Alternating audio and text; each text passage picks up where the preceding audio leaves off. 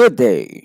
This is our second topic for our tutorial on Microsoft PowerPoint. Our topic for today is about Slide Master. Um, what is a Slide Master? How to edit a Slide Master? And then a format slide, replace a font, format the text, placeholder, change bullets, change themes, modify, add footer, slide transition, and then text animation. This will be our basic discussion for today. So Slide Master is actually available for every design team. There are three masters include Slide Masters, Handout Masters, and the Note Masters. Masters corresponds directly to the slides, contains the elements that appears on every slides and control the format for all slides in a presentation, which provides a consistent appearance for each slide. So the master slides is actually the one who has on the overall format and the scheme of your presentation. So the slide master is located in the view ribbons. This exercise will demonstrate how to modify that one. For the slide master, view selecting view ribbons, you can click and then you can simply click the master view as it is shown in above. Click on the master title style placeholder. This will activate the entire titles area. So meaning you can actually change the title from the top to the bottom, whichever you prefer. So from the template, it's something like from the start up to the end will be the same colors and the same pictures of the slide masters. For the font windows that will appear, let's say you wanted to change that font into a particular type. Once you have done that to the slide master, all the fonts underneath for the next few slides will be typically the same. You can change the color, you can change the formal to the normal, and everything that you could able to do. For the format slide, you can change the format appearance of the text and slides in the slide view. Formatting can be applied on all slides at the same time as in the view masters or only on individual slide. Let's say you wanted to change a little bit about the third slides. So you can do that in the format slides. Or you wanted to impose that to all of the slides, you can actually do that also to apply it all as similar to the master view. Replacing fonts, well, it's not actually a big issue. You can replace a font that you want. Let's say uh, you don't longer type Arial, so you wanted to change it to into Times New Roman, which is easily said and done. But this time, you can actually replace everything. Oh, so on the home ribbon, you can click the drop down arrow next to a replace button located to the editing group and then select the replace font options. And then the replace font window will appear. In the replace box, click the drop down arrows and select the font you want to replace. Let's say you wanted to replace everything. And obviously you cannot do that, but a similar font can be replaced by another font. You are allowed to do that. Formatting text is actually very common. Italic, bold, underline. You can even change the font size if you want to up to 100 something, which is depends on the size that you need. And then you can go to the next slides to click the font color of the font group. While you can also change the format placeholder. What do you mean by the format placeholder? A format placeholder is something like a rectangular box, a dotted rectangular line box, which actually adapt to put the text that you wanted to type there. usually, I usually use all the word out layers. Well, it's already been formatted. I just simply choose the one I want. I can able to change to the thing that I want. Let's say change the color, change the borderline. It is actually given in a very simple manners. So you have to do is change those things that you don't want.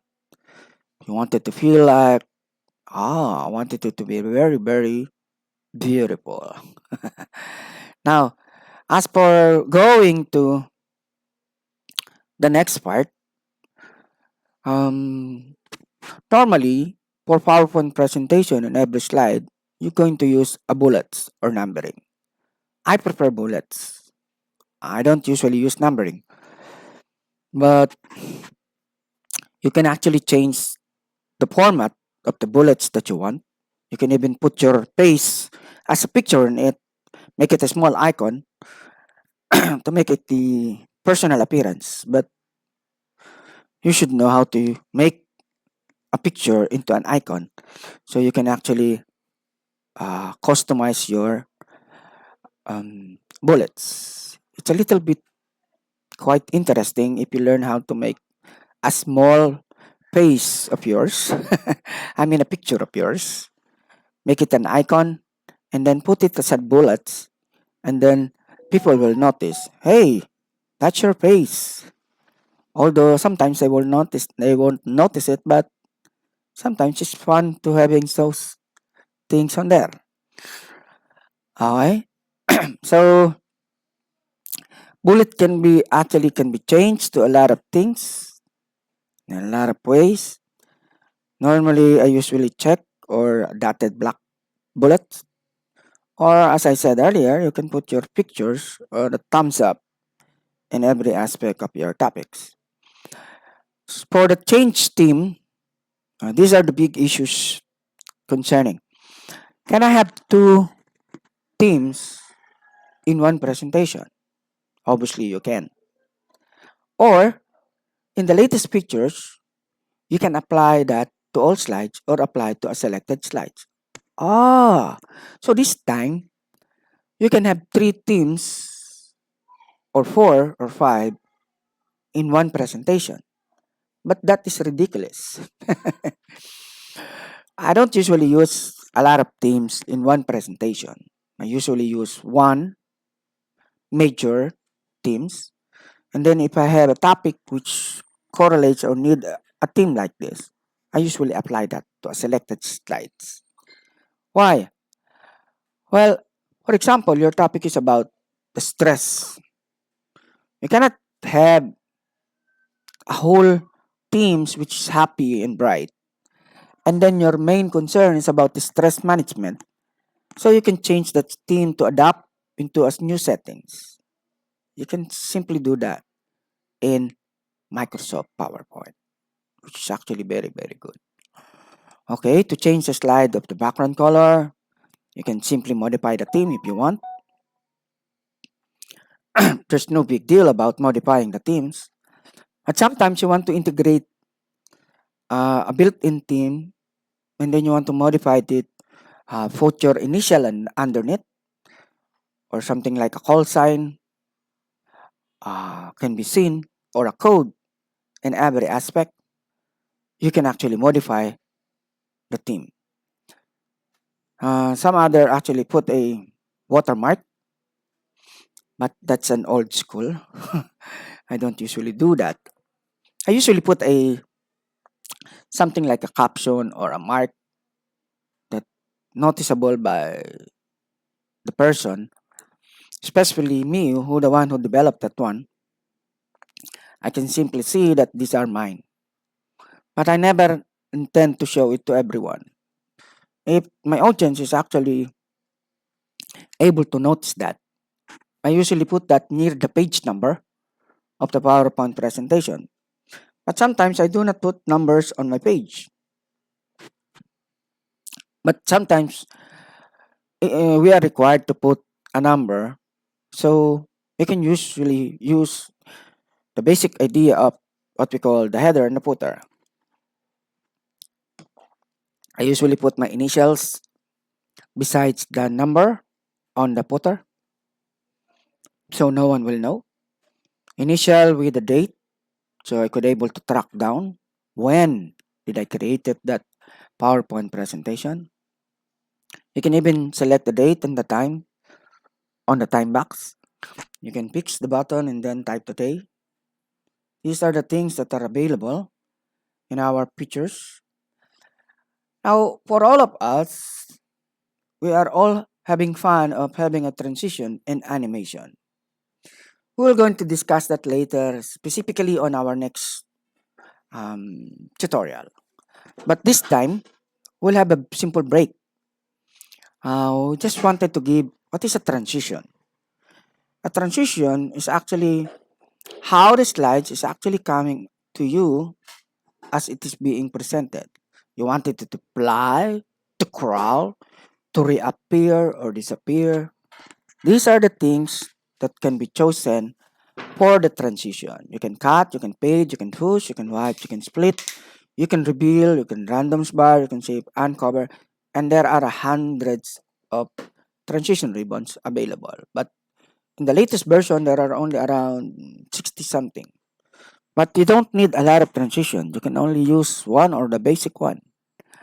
I don't usually use a transition for my usual presentation, especially if it's a product presentation for my clients. I don't usually use a base transition.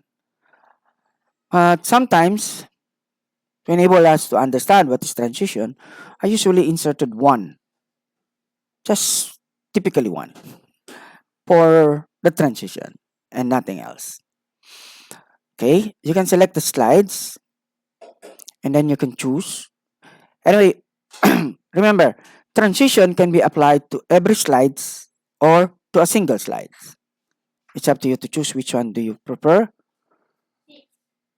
to choose or to prepare to use a transition. If you have a slides transition, you can also use a text animation. These are the most common that I use, the text animation. I want to emphasize, to zoom in, to bounce back, to pulse, to grow, shrink.